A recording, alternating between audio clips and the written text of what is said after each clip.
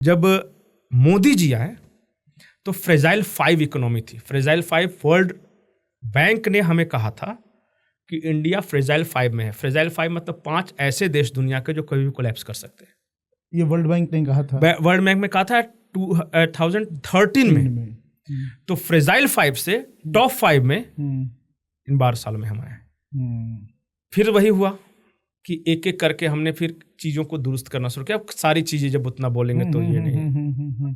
तो ये हुआ देश की यात्रा, जिसमें मैं बार बार बोल रहा था कि अब इसमें पॉलिटिकल पार्टी की यात्रा। मैं 3 प्राइम मिनिस्टर का फैन हूं। नेहरू जी जिन्होंने फंडामेंटल्स बनाए, इंदिरा जी घोर राष्ट्रवादी और कोई कुछ बोले या नहीं वो देशभक्त तो थी, और मोरारजी देसाई ने पूरा बर्बाद किया था। रॉ की स्थापना करना, RN काओ इंटेलिजेंस विंग के एक ऑफिसर, उनको इंदिरा गांधी ने कहा यार कि 1965 में देखो बराबरी पर छूटे, 1962 हार गए, लगातार युद्ध और सब अमेरिका के शह पे हमारे खिलाफ ये थोपा जा रहा है। एक ऐसी एजेंसी होनी चाहिए जो कि पहले ही हमें आगाह करे। तो RN काओ ने, दिल्ली में एक थिएटर है अबंडेंट थिएटर, इनको कुछ पैसे नहीं मिल रहे थे, इन्होंने 120 लोगों के साथ रिसर्च एनालिसिस विंग शुरू किया उस थिएटर के साथ, और विद इन 5 ईयर्स हमने सिक्किम हासिल किया उसी रॉ के थ्रू। फिर बहुत सारे प्रोजेक्ट्स उसके हैं, ऑपरेशन ब्लू स्टार वगैरह सब कुछ। तो राष्ट्रवादी महिला, देश के लिए मतलब सब कुछ, कोई भी पार्टी का। तीसरा नरसिम्हा राव। नरसिम्हा राव ने जिस वक्त था उस वक्त पूरे समाज में कोलाहल था, सब कुछ। बहुत सारे लोग कहें कि अटल जी के साथ बड़ी दोस्ती थी।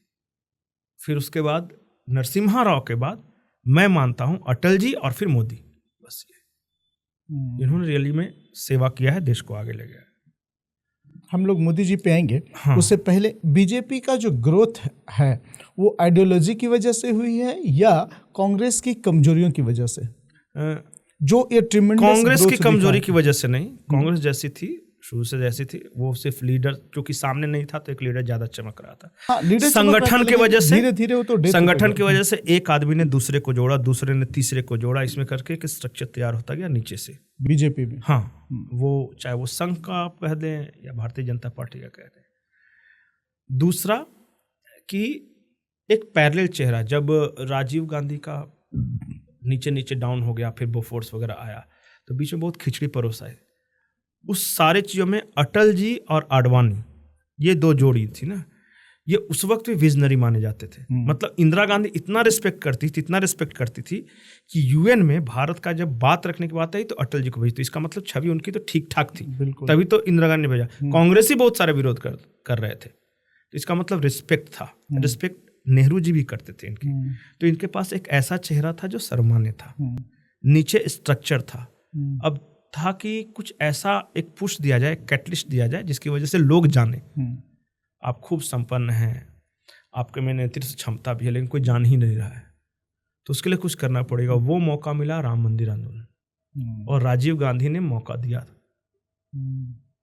वो क्या था, शाहबानों वाला, आपको पता है, शाहबानों के खिलाफ सुप्रीम कोर्ट ने आया, पूरा सुप्रीम कोर्ट के फैसले को पलट दिया।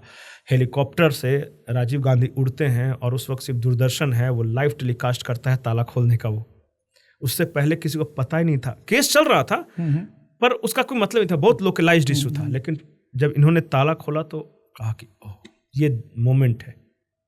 और फिर सोमनाथ से अयोध्या तक की रथ यात्रा हुई, जिसने 2 सीट वाली बीजेपी को 88 सीट पर पहुंचा दिया। पर फिर भी स्ट्रक्चर तैयार नहीं था 88 को सस्टेन करने के लिए, क्योंकि हम 2 सीट जीते, हमारा वो है, फिर संगठन में कैसे करें।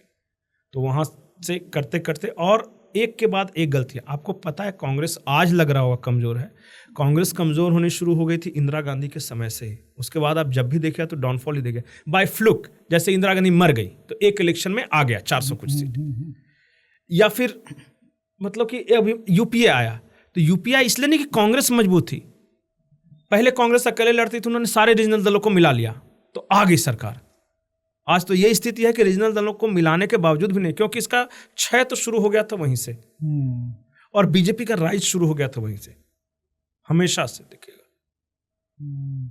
किसी भी देश में आप जाइएगा, सो जो कंजर्वेटिव्स होते हैं, जिसको कई जगह पे कंजर्वेटिव्स नाम है, कई जगह पे रिपब्लिकन्स बोलते हैं, कई जगह डेमोक्रेट्स होते हैं, हमेशा देखिए कि जब एक का दौर आएगा तो फिर दूसरा राइज होता ही है।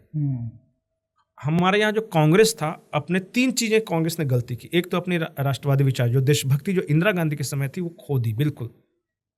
आज वो बात ही नहीं करते राष्ट्रभक्ति की, देशभक्ति की, कभी बात ही नहीं करते, जो कि कांग्रेस ऐसी नहीं थी।